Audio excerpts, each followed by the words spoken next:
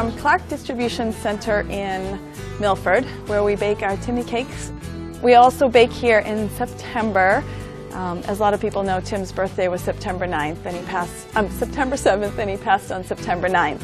So we bake that week and then sell the cakes for the foundation. Today we're making about 300. The cakes were Tim's very favorite food, well, with the exception probably of breaded chicken cutlets, which we call Timmy Chicken. So we have Timmy Cake and Timmy Chicken. And it's just a really nice way to remember him. And what's really nice is a lot of people have their own traditions around the cake, which they've shared with us, which is it's really nice to hear that they remember Tim, yet they have their own traditions with their own family. So it's definitely become an interwoven part of what people do. All right, so we have our pre-measured dry ingredients ready to go. So we sift it here.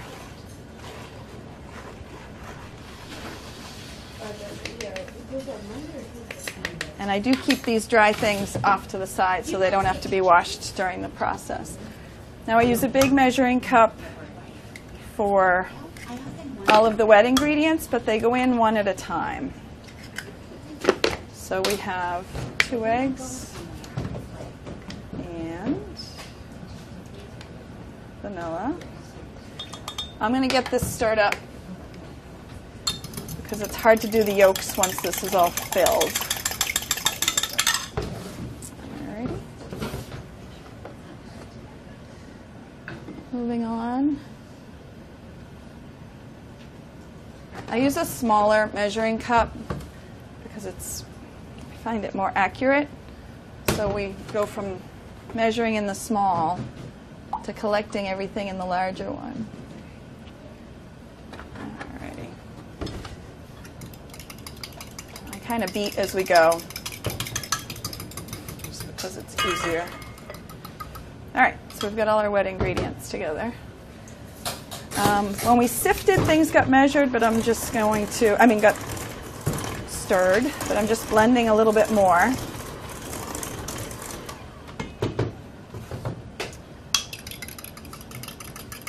Now we'll add our wet ingredients.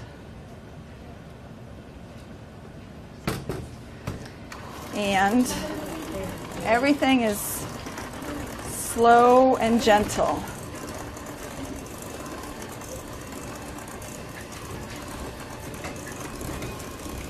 This is where I think people make a lot of mistakes. I think you have to do a lot of your batters slow and gentle because they end up as very tender products. And if you beat them up now, they're not going to stay tender. I scrape down the sides and through the bottom to get the dry ingredients that aren't incorporated yet.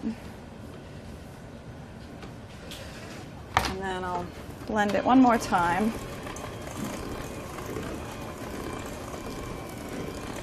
So it's nice and smooth. And then this recipe finishes with boiling water. Kind of an old-fashioned recipe. So I clean off the batters with the water.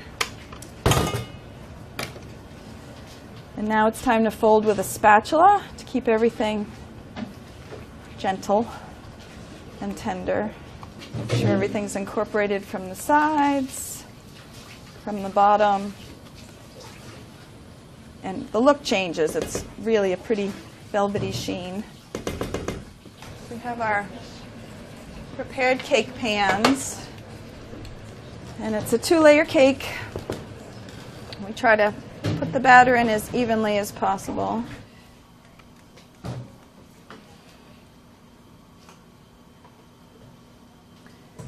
And this is one full cake. These 2 layers will stay together through the entire baking and frosting process. And to the oven we go. All right, in the frosting department we start with cream cheese and butter. People wonder why the frosting is so good, and that's why. A little bit of vanilla. I don't worry if we put a little extra vanilla in because it makes it taste good. So we get soft cream cheese and soft butter, nice and blended.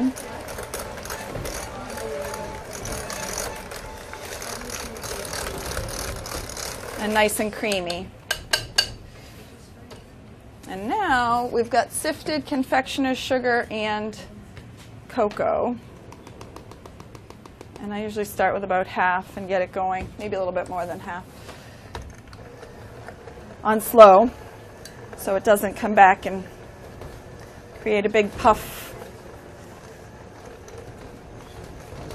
of powder. And then once it's incorporated, we get it going a little bit better. And then we'll just finish it off. And we're going to put our frosting back in there when we're done. Again, a little bit slow so it doesn't puff everywhere.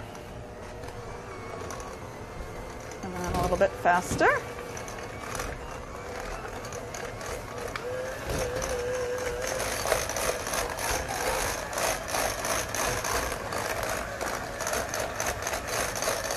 And the color kind of changes. So we know we're getting it nice and soft. And we're good to go.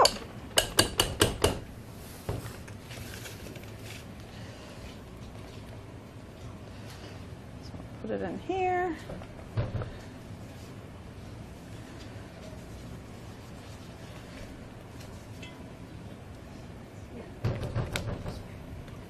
All right. So this is all ready for our frosters. All right, I'm going to test them with a wooden skewer that comes out clean. And ready to go for another round of cakes. Okay, and we'll take these cooled ones out. So I go around the sides. We definitely spray the sides so that the cake doesn't stick there, so that when we're frosting it's not too crumbly. And then I just set them right side up for the rest of the cooling. And then the ladies who are frosting, or the people who are frosting, are ready. Know that this is one cake when it's put together. So it's going to finish cooling and be frosted. And whatever, if there happens to be a half of cake that's a little higher, that'll be the bottom. So I just put one down. Try to put it in the center. It's an 8-inch cake. And we take about 40% or so of our really nice, well-blended frosting. It's nice and soft at this point, and I like to be on an edge. And I've done this many times, so it goes fast. This is our center frosting. I basically push it off the side and work with gravity. And then we make sure the outer edge of the knife is clean. I go over the top of the cake. Basically, you're just going to use what's hanging over, that's dropping already, as your side frosting on the bottom. And I work it all the way to the board so that the frosting seals in all the moisture of the cake. We're going to be going over this again, so it doesn't have to be too perfect. But this is good if it's at least a little level, because we're going to put the second layer there. So the top layer of the cake goes on top. And just try to make sure it's lined up evenly so it's not leaning at the end. And again, we do this kind of one batch of frosting per one cake.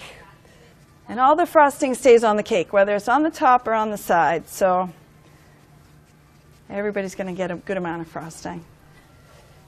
And we're going to basically do the same thing. We're going to push our frosting so that it's fairly,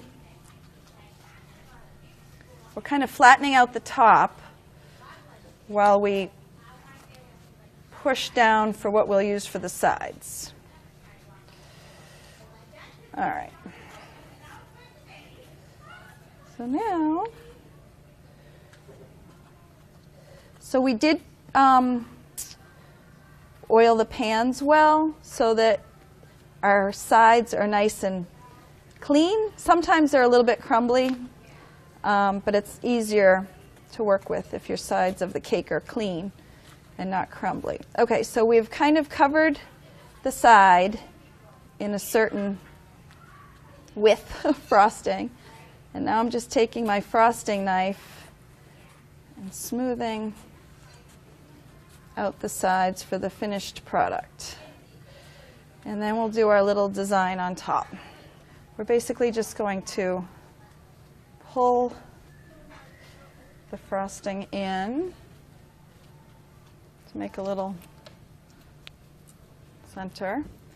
And then in the end, we always put a T on the side for Tim, so that every cake that's made is for Tim. Voila.